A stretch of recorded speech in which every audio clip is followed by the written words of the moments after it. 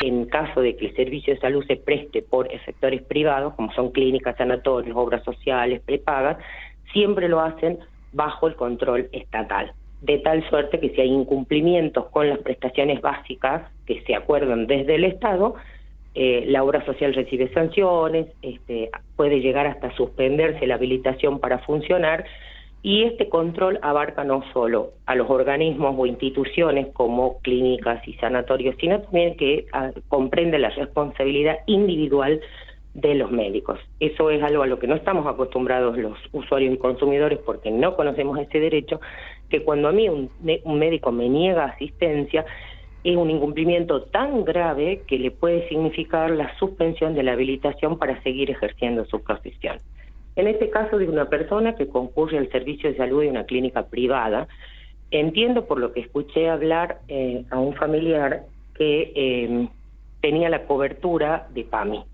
Eso agrava la situación porque PAMI hace sus propios convenios con las clínicas y sanatorios.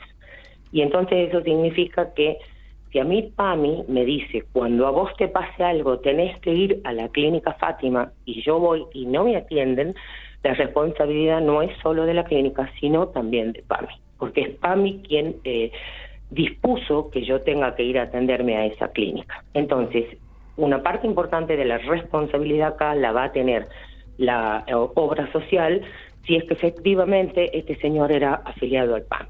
En cuanto a la clínica específicamente, la clínica es un negocio, ¿no? Porque este servicio de salud deja de ser un negocio de un particular. Claro. Ahora, como se trata de un bien esencial, que es la salud, no se puede condicionar y decir, me pagás o no te atiendo. Normalmente en las clínicas, cuando uno entra y tiene obra social y entra por la guardia, hasta que se haga la orden y se autorice y todo lo demás, nosotros sabemos que hay una práctica que es normal, que es firmar un pagaré en garantía de las prestaciones que se necesitan. Pero acá entiendo que ni siquiera se llegó a esa instancia porque directamente hubo falta de atención. O sea, doctora, hasta acá, cuando ingresa un paciente que necesita ser asistido ya por la gravedad de la situación en ese momento, ¿esto es de rigor lo que hace cualquier establecimiento de salud privado en el país? Es lo que tendría que hacerse, así es lo que tendría que hacerse. Si esta persona no tiene la cobertura PAMI, tendría que haber activado el servicio del SAME si había una emergencia y una urgencia, y el SAME lo que hace es efectuar el traslado al hospital que corresponda, porque el SAME es un servicio público estatal, un servicio de urgencia y de emergencia, y los traslados que efectúa se hacen dentro de lo que son los efectores públicos. Ahora, yo desconozco mayores detalles, pero lo que entiendo, me permito suponer esto, es que si esta familia concurre a la guardia de una clínica es porque estaban seguros que los tenían que atender en esa clínica. Si el señor es afiliado PAMI, tiene obra social, no se le puede exigir que pague nada. Primero se lo atiende. Si hay algún familiar, le van a hacer firmar un pagaré, porque eso es una práctica normal que conocemos, que está mal, pero que sabemos, y los que hemos recurrido a una clínica lo hemos hecho. Y después viene todo el tema de la orden de atención, de la autorización y de todo el papelerío. Acá lo que yo de verdad entiendo que configura un verdadero ilícito penal es que una persona estuvo 4 horas en la puerta de un servicio de guardia y no se lo atendió, y no lo atendió nadie. El servicio de guardia de la clínica inclusive podría haber activado el SAME y decir que tenía una persona en la puerta que necesitaba la atención del SAME. Cualquiera podría haber activado el servicio del SAME. No se hizo, el señor estuvo en la puerta de la clínica en un auto y cuando se decidieron atenderlo había fallecido. De verdad que es un ilícito penal, es abandono de personas. Es horrible lo que pasó, es horrible, porque entonces nosotros, si nos enfermamos, además tenemos que ir con plata y en efectivo a que nos atiendan en la guardia de una clínica. Claro. Ahora, la justicia de oficio ya debería estar investigando. Y sí, yo creo que justamente los fiscales están autorizados ante la posible comisión de un ilícito y así debería suceder. De cualquier manera, si hablamos de las responsabilidades posteriores, que la justicia actúe de oficio en el caso de los fiscales penales no significa que exista y que ya se determine la existencia de un delito penal, ¿no? Se trata de investigar la posible comisión de un hecho ilícito. Y en ese caso, además, el fiscal va a tomar todos los recaudos y va a requerir todas las pruebas necesarias Y particularmente esto, como abogada que no hace mucho penal, sino que hace más civil, si existe esa situación de que el señor era un afiliado al PAMI, si la clínica tiene un convenio con el PAMI donde le dice a tus afiliados los voy a atender por tal precio, porque normalmente PAMI tiene capitado los servicios contratados con las clínicas y sanatorios, también está la responsabilidad de la obra social, ¿no?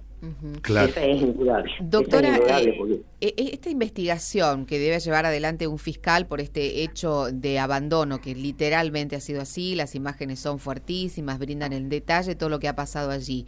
¿Debe radicarse sí o sí una denuncia en la policía? Y esto se lo preguntamos porque familiares nos han confirmado de que han tratado inclusive de inducirlos a que no hagan ninguna presentación o al menos una denuncia.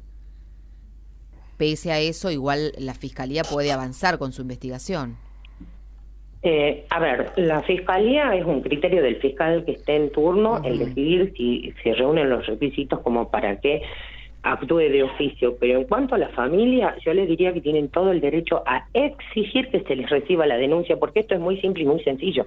Si yo voy a la policía o a la brigada de investigación y a la comisaría de mi barrio y quiero hacer una denuncia, el funcionario policial la tiene que recibir. Si yo estoy denunciando algo que es un delito que no existe, porque yo creo que fui víctima de un delito y el delito no existe, lo va a decir después el fiscal.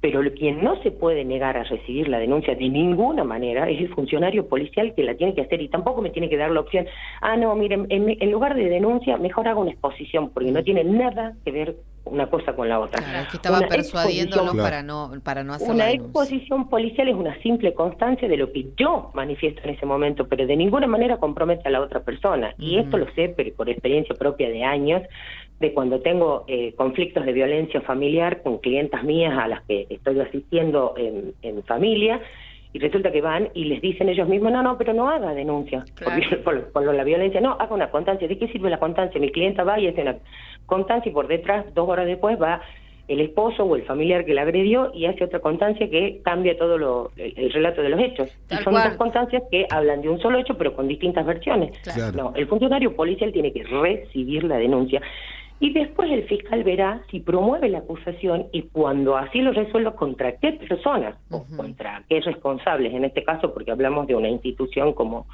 una clínica donde eventualmente se garantiza a la población que hay servicio de guardia a las 24 horas con distintos especialistas.